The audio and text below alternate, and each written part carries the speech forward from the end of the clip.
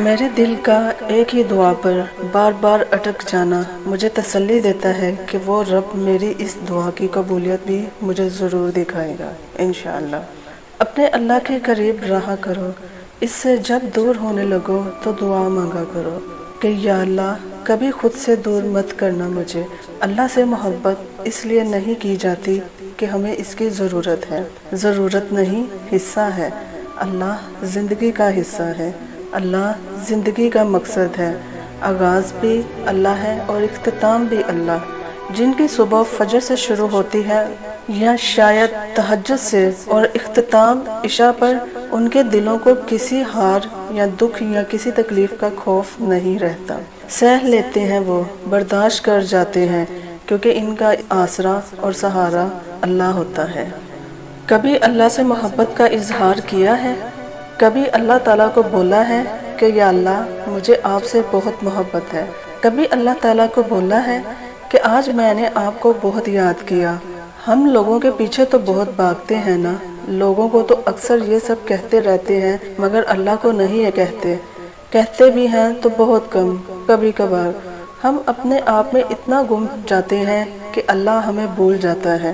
شاید اسی لیے اقبال نے کہا ہے کہ نماز بھی پڑھتے ہیں تو پھر سے گناہ کرنے کے لیے، اور اللہ تعالیٰ انتظار میں ہوتا ہے کہ کب ہم اسے یاد کرتے ہیں، کب اسے ویسے پکارتے ہیں جیسے پکارے جانے کا حق ہے۔ جب ہم اللہ کو اس حد تک یاد کریں گے تو معجزے کیسے نہیں ہوں گے۔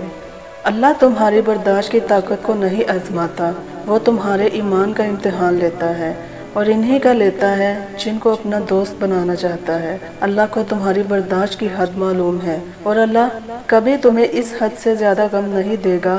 تمہیں لگتا ہے اب ہم تھک گئے ہیں، مگر تھکتا تمہارا ایمان نہیں، بس حوصلہ گھبرا جاتا ہے۔ جب اللہ کن کہتا ہے تو ناممکن ممکن بن جاتا ہے، اور دعائیں مقدر پر بھاری پڑ جاتی ہیں۔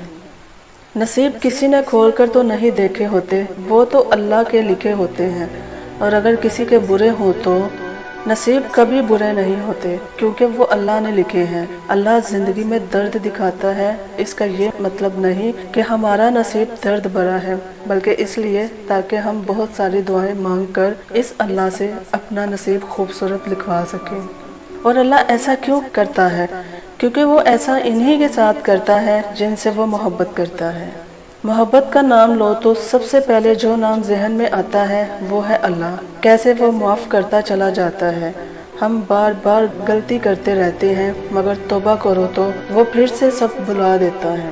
اس نے ہمارے لیے کتنی کہانیاں چھوڑی ہیں تاکہ جب ہم کہیں کمزور پڑنے لگے تو وہ ہمیں سہارا دے سکے، جیسے یعقوب اور یوسف سے صبر کی کہانی، ابراہیم اور اسماعیل کی توکل اور بھروسے کی کہانی، اور سب سے بڑی ہدایت تو قرآن ہے۔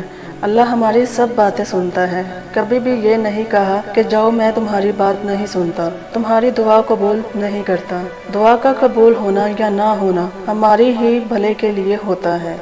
اس کے سامنے رو بھی لو تو وہ درد کو سکون میں بدل دیتا ہے۔ کہاں ملے گا ایسا محبت کرنے والا؟ بس وہی ہے جو ایسی محبت کرتا ہے۔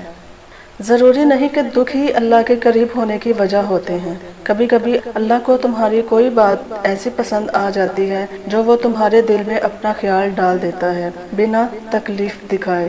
ضروری نہیں ہوتا کہ دکھ سجدہ کرنے پہ مجبور کرے۔ جس کو اللہ خود بلانے کا ارادہ کر لے، اس کے لیے کیا غم اور کیا خوشی، وہ دل اللہ کو ڈھونڈ ہی لیتا ہے۔ دن گزرتے ہوئے وقت کا اندازہ نہیں ہوتا، مگر درد گزرتے ہوئے لگتا ہے جیسے وقت گزر ہی نہیں رہا۔ کیونکہ صبر کرنا مشکل ہے، مگر صبر کرتے کرتے اللہ تعالیٰ صبر کرنا سکھا دیتا ہے۔ صبر کرنے کا یہ مطلب نہیں کہ ہم رو نہیں سکتے، ہم اداس نہیں ہو سکتے، ہم پریشان نہیں ہو سکتے، نہیں، صبر خود ان دلوں میں گھر بنا لیتا ہے جہاں صبر کرنے کی چاہ ہوتی ہے، جہاں اللہ کو راضی کرنے کی خواہش ہوتی ہے، اور پھر آج کل کرتے ہوئے دن بھی گزر جاتے ہیں اور درد بھی۔ دعا ہے کہ اللہ پاک آپ سب کو اپنے حفظ و امان میں رکھے، خیر و عافیت سے رکھے۔ دعاؤں میں یاد رکھیے گا۔ اللہ کے بان